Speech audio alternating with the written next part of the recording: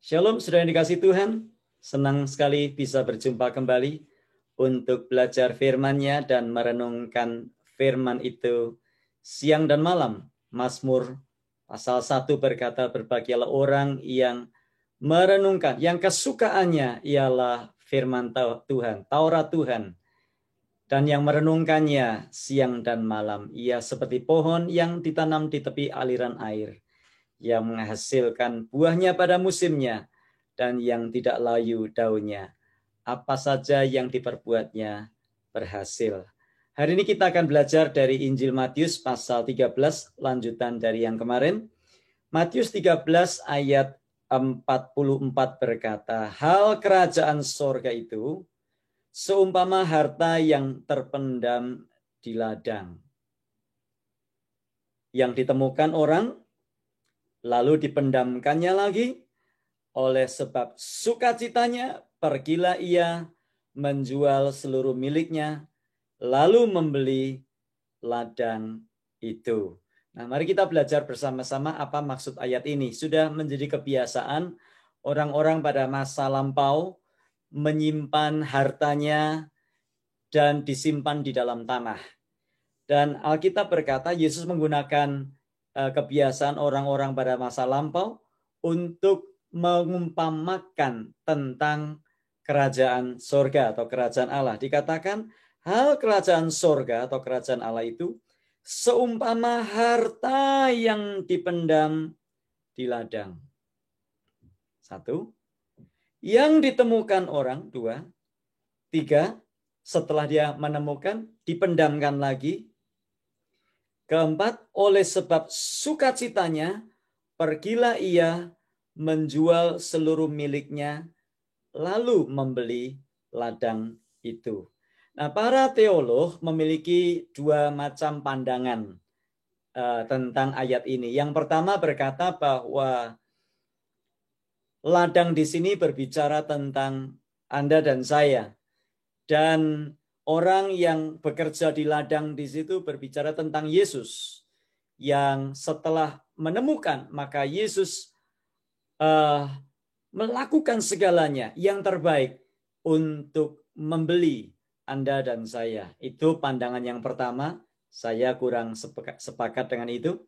Pandangan yang kedua yang saya lebih condong ke sini adalah bahwa ayatnya jelas berkata, hal kerajaan surga itu seumpama harta yang terpendam.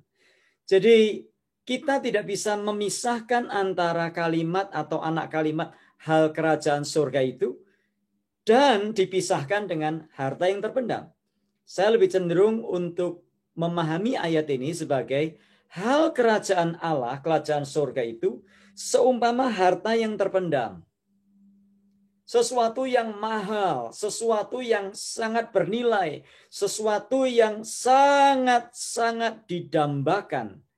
Itu sebabnya kalau kita membaca di dalam Matius pasal 6 dikatakan, tetapi carilah dahulu kerajaan Allah dan kebenarannya, maka semuanya akan ditambahkan kepadamu. Saya cenderung untuk menghubungkan ayat ini karena ayat ini sangat indah. Nah, mari kita bahas lebih dahulu. Hal kerajaan surga seumpama harta yang terpendam. Tidak bisa dibeli dengan apapun juga. Tidak bisa dibandingkan dengan apapun juga. Dan orang yang sedang bekerja di ladang itu tahu nilainya sangat tinggi. Nah, kenapa saya cenderung untuk mengartikan yang kedua? Karena kalau kita membaca di dalam pasal-pasal sebelumnya, Yesus sedang berbicara tentang orang-orang Farisi, ahli Taurat, orang-orang beragama yang tidak bisa melihat nilai dari kerajaan Allah itu. Bahkan mereka cenderung menganggap remeh. Mereka cenderung tidak menghargai Yesus Kristus. Dan mereka cenderung tidak mau mendengar. Kenapa? Karena mereka belum menemukan. Karena mereka mendengar tetapi mereka tidak mengerti. Karena mereka melihat tetapi mereka tidak bisa melihat. Nah, itu sebabnya Alkitab berkata hal kerajaan sorga seumpama harta yang terpendam di ladang. Tidak semua orang bisa menghargainya kecuali orang yang sudah mengetahui. Tidak semua orang bisa menghargai ladang itu kecuali orang yang sedang bekerja di ladang itu. yang ditemukan orang, lalu dipendam lagi. Kenapa kok dipendam lagi? Dia pulang ke rumahnya, oleh sebab sukacitanya, pergilah ia menjual seluruh miliknya, lalu membeli ladang itu. Nah, kenapa kok seluruh miliknya dijual? Karena harta yang terpendam ini sangat mahal. Tidak bisa dan harus dijual seluruhnya. Kenapa? Kalau seluruhnya sudah dijual, rumahnya dan seluruh yang ada padanya sudah dijual, dia tidak mungkin bisa kembali lagi. Itulah yang namanya harta yang terpendam. Itulah yang namanya kerajaan Allah. Kalau kerajaan Allah ini sudah kita temukan, kalau kerajaan Allah ini sudah kita dapatkan, maka kita tidak akan segan untuk meninggalkan dan menanggalkan semua yang ada pada kita. Karena kita sudah menemukan hal yang sangat berharga, hal yang sangat mulia. Itu yang dikatakan Yesus. Matius 6:33.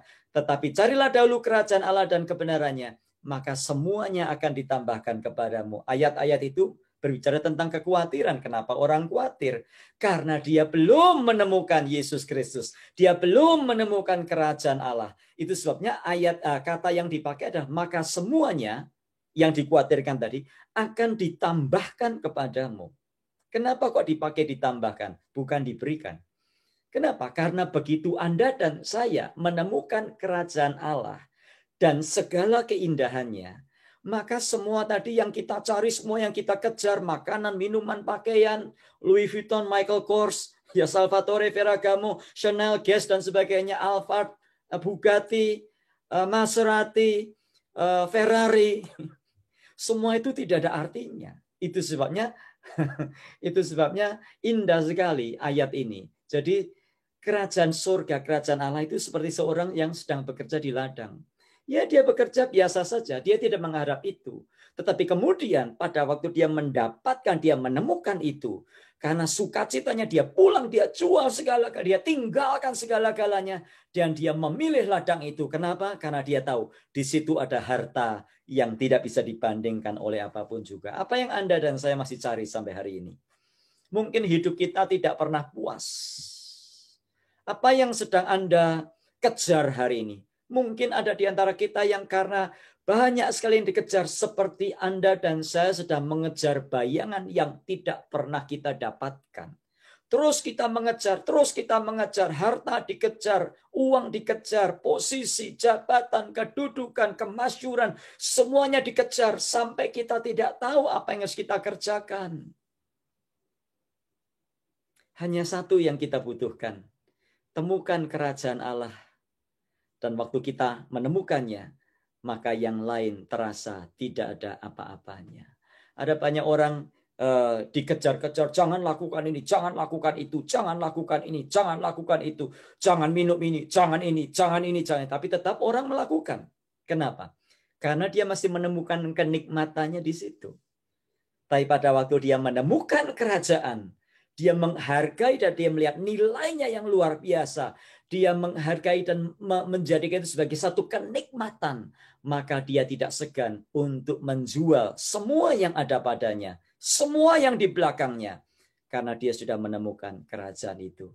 Saya berdoa supaya Anda dan kita semua yang menyaksikan tayangan ini, kita boleh menemukan kerajaan Allah itu dan kebenarannya.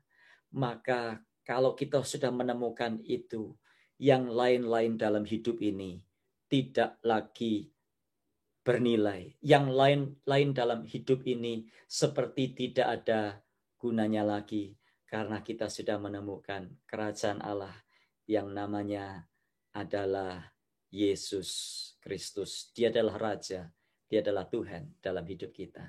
Mari kita berdoa. Tuhan, terima kasih untuk firman-Mu pada hari ini. Biar Tuhan Engkau menolong kami untuk kami bisa menilai, bisa menghargai kerajaan Allah itu. Terlalu banyak orang di luar sana yang sibuk dengan segala macam, segala sesuatu yang dikerjakan. Bahkan kayak mengejar sesuatu yang seperti tidak jelas, sesuatu yang kabur. Tapi kepada kami telah diperhadapkan kerajaan Allah yang dinyatakan melalui Yesus Kristus. Tuhan tolong supaya kami bukan hanya sekedar melihat, bukan hanya sekedar menyentuh, tapi kami boleh memilikinya. Supaya pada waktu kami memilikinya Tuhan, maka yang lain-lain jadi pudar. Terima kasih Bapa. Kami bersyukur untuk firman-Mu yang luar biasa ini. Mampukan kami jadi pelaku firman-Mu. Dalam Tuhan Yesus kami berdoa. Amin. Tuhan memberkati kita dan sampai jumpa esok dalam bahasan selanjutnya dari Matius pasal 13 ini. Amin.